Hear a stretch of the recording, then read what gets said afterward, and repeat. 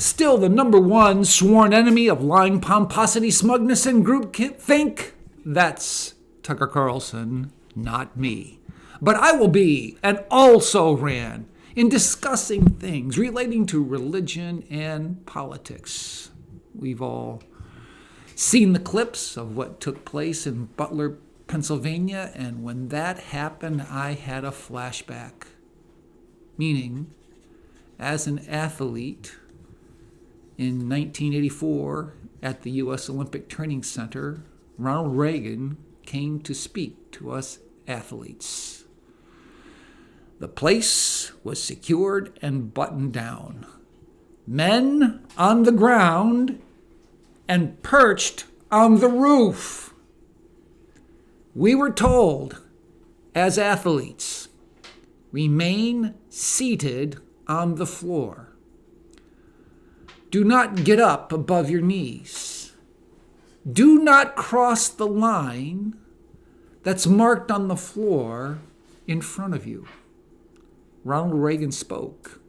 When finished, a player from the women's basketball team had gifts to give him and said, "President Reagan, there are other athletes here as well who have gifts to give you."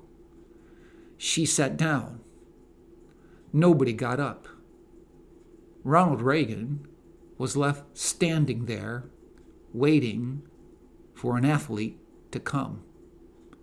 It was an awkward moment. That's when I sprung to my feet and said, "President Reagan, my name's Mel McGinnis. I know you don't know too much about our sport, but listen, I'm glad you came and I'll probably vote for you." It brought the house down. The press afterwards marveled that I was swarmed by the media and not smothered by the Secret Service. A fellow athlete up in the press box overheard an ominous comment by an agent of the president's security team who said, "Somebody will not be with us tomorrow." Whew. Somebody didn't do their job. Somebody should have intervened. I know it was a moment in which people understood what was going on and everybody laughed and it was all good-natured. But you know what I did? I got up above my feet. I crossed the line that was marked in front of us where we were told don't cross it. I'm wondering, who's going to pay this time for the egregious blunder with regard to security in Butler? Granted, Donald Trump isn't the president, but the media, hate merchants, and progressive pundits pound away with repeated Trump-Hitler comparisons and perpetually parrot, "He's a threat to democracy." It raises the stakes for an assassin's bullet. If he's Hitler or a diabolical threat, could someone justify taking him out? Doesn't that heighten security concerns? And speaking of concerns, we've all seen it. What were snipers doing on a slope roof, eliminating the would-be assassin, but as we were told, weren't where he was because the roof was pitched or the roof was sloped? Just doesn't add up. I smell a rat. During my Secret Service incident at the Olympic Training Center, I remember men being around the president. When I saw what was going on in Butler, I noticed both women and men on stage. surrounding the president, with a female in particular a half-foot shorter than the former president, leaving him exposed from the neck up. Now, she may be an outstanding agent, but still, doesn't that leave an open target?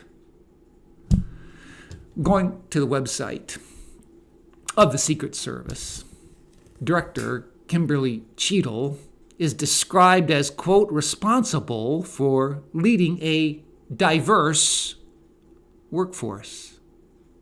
Chris Rufo of the Manhattan Institute raises a fair question. Why so many female agents? The answer, unfortunately, is the same as in many other instances. DEI. DEI.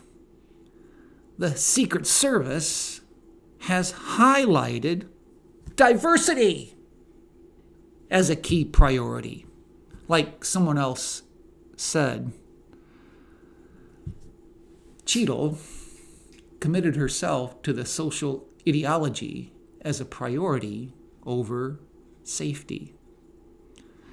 Those with law enforcement experience noticed other disconcerting blunders in Butler, like the mishandling of a gun by an agent with DEI gender credentials.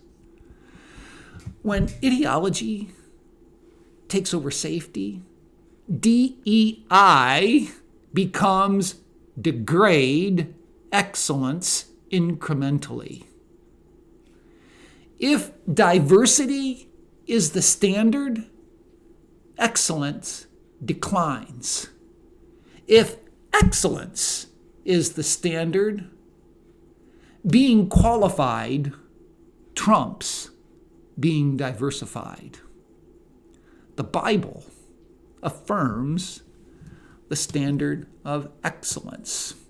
Whatever is true, whatever is right, whatever is noble, if anything is excellent or praiseworthy, think about such things. It's time to take the DEI garbage out of the Secret Service and trash it, or exchange it for a new DEI. Discipline, excellence, integrity. Doesn't that fit the Secret Service better? Like it did back in Reagan's era? Well, unlike Tony Kornheiser of Pardon the Interruption, I cannot promise you I'll do better the next time. And unlike Tony, I almost forgot. Must still wave the sackcloth flag for humility.